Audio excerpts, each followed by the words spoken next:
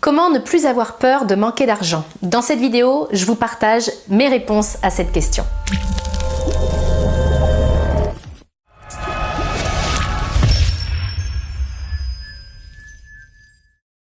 Bonjour, je suis Nathalie Martin, coach en éveil de conscience auprès des hommes et des femmes qui veulent construire une vie remplie de sens et d'abondance à tous les niveaux. Alors si c'est votre première visite ici sur ma chaîne, je vous invite à vous abonner pour avoir en priorité mes prochaines vidéos et également à lire toutes les informations qui sont incluses dans la description qui accompagne cette vidéo. Comment ne plus avoir peur de manquer d'argent? Si vous regardez cette vidéo, c'est que cette peur du manque vous envahit par moments, voire même très souvent ou tout le temps. Et je connais cette angoisse qu'elle peut générer à l'intérieur de nous. Nous sommes très nombreux à souffrir finalement de cette peur de manquer, notamment de manquer d'argent.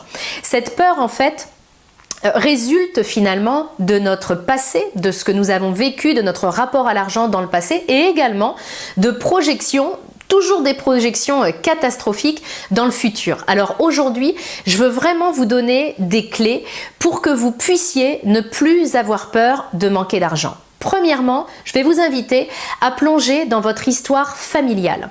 Qu'est-ce que vous entendiez au niveau de l'argent lorsque vous étiez petit à la maison?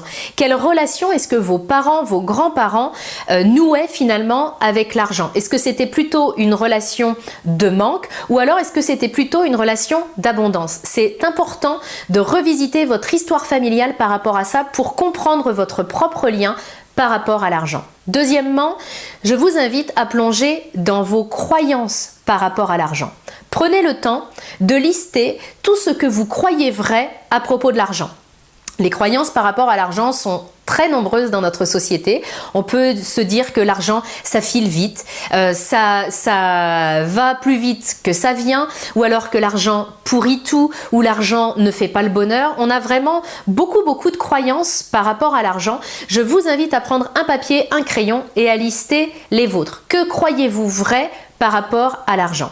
Troisièmement, relisez les croyances que vous avez notées et parmi ces croyances, essayez vraiment de reconnaître celles qui tiennent le plus de place dans votre tête, celles que vous vous dites le plus souvent, que c'est facile de tout perdre ou des choses comme ça. Vraiment, essayez de d'identifier celles qui reviennent le plus souvent dans votre esprit, celles finalement que vous croyez le plus vraies. Ensuite, clé suivante, les croyances que vous venez d'identifier, est-ce que ce sont plutôt des croyances liées au manque ou liées à l'abondance? Si ce sont plutôt des croyances liées à l'abondance, tout va bien. Si ce sont plutôt des croyances liées au manque, eh bien, vous pouvez comprendre pourquoi cette peur du manque prend davantage de place dans votre vie, tout simplement parce que vous êtes persuadé de vivre dans un monde non pas d'abondance, mais de manque. La problématique par rapport à ça, c'est que, vous le savez peut-être, à l'intérieur de notre cerveau, nous avons comme un filtre qui s'appelle le SAR, le système d'activation réticulaire, et qui finalement est comme un filtre de perception. Pour faire simple, si je suis convaincue que je vis dans un monde de manque, que je n'ai jamais assez d'argent et que je n'en aurai jamais assez, et qu'il est facile de tout perdre, eh bien, je vais créer dans ma réalité, dans mes conditions extérieures, je vais créer exactement les expériences pour me donner raison. La vie donne raison à mes croyances. Donc, vraiment, c'est important d'identifier si vos croyances vous mènent vers l'abondance ou si elles vous mènent vers le manque. Point suivant, si vous venez d'identifier que vos croyances vous emmènent droit vers le manque, la bonne nouvelle, c'est que vous êtes libre d'en changer. Une croyance, ça devient une croyance à partir du moment où j'accepte d'y croire et l'excellente nouvelle, c'est que si je m'aperçois qu'elle m'envoie dans le mur, j'ai aucun intérêt à croire quelque chose de la sorte et je peux changer. Donc, ce que je vous propose maintenant, c'est de reprendre vos croyances qu'on appelle des croyances limitantes, vos croyances de manque et allez les déstabiliser l'une après l'autre. Prenez vraiment chaque croyance et demandez-vous si c'est vraiment la réalité et s'il existe des contre-exemples à votre croyance. Par exemple, si ma croyance est « c'est facile de tout perdre », dans la vie, eh bien allez chercher des exemples concrets qui vous prouvent que c'est aussi facile de tout gagner finalement. Montrez-vous vraiment, essayez de démontrer à votre esprit que la croyance limitante que vous avez, eh bien ce n'est pas la vérité et vous n'êtes plus obligé de le croire.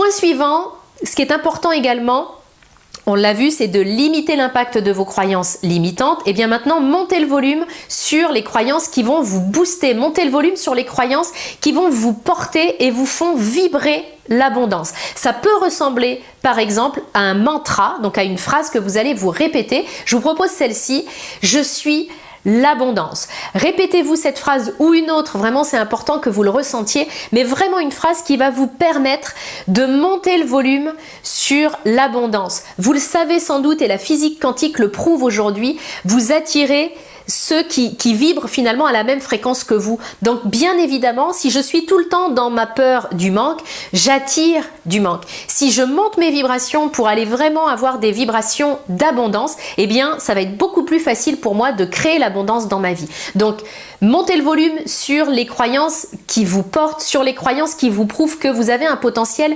illimité et vous verrez l'abondance se manifester beaucoup plus facilement et rapidement dans votre vie et surtout, vous verrez votre peur du manque vraiment diminuer et s'apaiser. Dans le même domaine concernant vos vibrations, je vous invite à vous concentrer sur l'abondance dans votre vie sous toutes ses formes. L'abondance d'amour que vous recevez et que vous pouvez donner. L'abondance de temps que vous pouvez avoir pour vos projets par exemple. L'abondance de joie, l'abondance de nature autour de vous et l'abondance d'argent également. Montez le volume sur l'abondance et sachez reconnaître l'abondance pas seulement de manière pécuniaire mais vraiment l'abondance sous toutes ses formes parce que tout est lié. Enfin, lorsque vous sentez que votre peur du manque vraiment vous envahit, je vous invite à respirer. Vraiment, revenez à l'instant présent. Parce que finalement, en admettant que votre peur du manque ait des vraies raisons d'être, parce qu'en ce moment, votre situation financière est difficile, imaginez un instant que vous soyez certain, que vous soyez certaine de gagner une somme de 15 000, 20 000 euros dès la semaine prochaine, d'avoir vraiment une arrivée d'argent complètement imprévue. Si vous aviez cette certitude-là, qu'est-ce que cela changerait dans votre perception de votre situation actuelle ? On est bien d'accord que ça vous enlèverait le stress, ça vous enlèverait la pression. Et pourtant, votre situation dans les faits n'aurait vraiment pas changé. Sauf que vous auriez une projection positive et vous auriez cette foi profonde que vous allez trouver des solutions. C'est ça qui vous manque en ce moment et c'est pour ça que la peur du manque prend tant de place. C'est parce que vous imaginez que votre situation va perdurer, voire même s'empirer. C'est de ça que vous devez sortir. Donc dès que vous sentez que cette peur vous envahit, respirez et puis réconciliez-vous avec la magie de la vie parce que la vie est remplie d'opportunités et finalement dédramatiser en vous disant que votre situation va vraiment pouvoir s'arranger et que de toute façon, quoi qu'il se passe, vous trouverez le moyen de rebondir. Une de mes coachs me disait que on n'a jamais de vrais problèmes, donc on n'a jamais de vrais problèmes d'argent, mais on a toujours un problème de créativité. C'est-à-dire qu'on est un peu fataliste et on oublie que nous avons un potentiel créatif extraordinaire et qu'il suffit simplement de réfléchir à toutes les options que nous avons devant nous. Je termine avec ma question du jour pour vous. Quelle est la croyance par rapport à l'argent qui est la plus enracinée à l'intérieur de vous? Je vous invite à écrire cette question et également à nous partager votre réponse dans les commentaires. Si vous voulez aller plus loin, vous avez un lien dans la description pour pouvoir télécharger le coffret 3 clés pour trouver le sens de votre vie.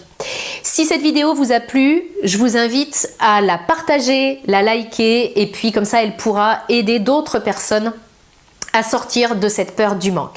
Si vous avez des thématiques particulières que vous voulez que je traite dans une prochaine vidéo, n'hésitez pas à me les partager dans les commentaires qui accompagnent cette vidéo. Cette vidéo est issue d'une question qui m'a été posée en commentaire. Je vous retrouve très bientôt dans une prochaine vidéo.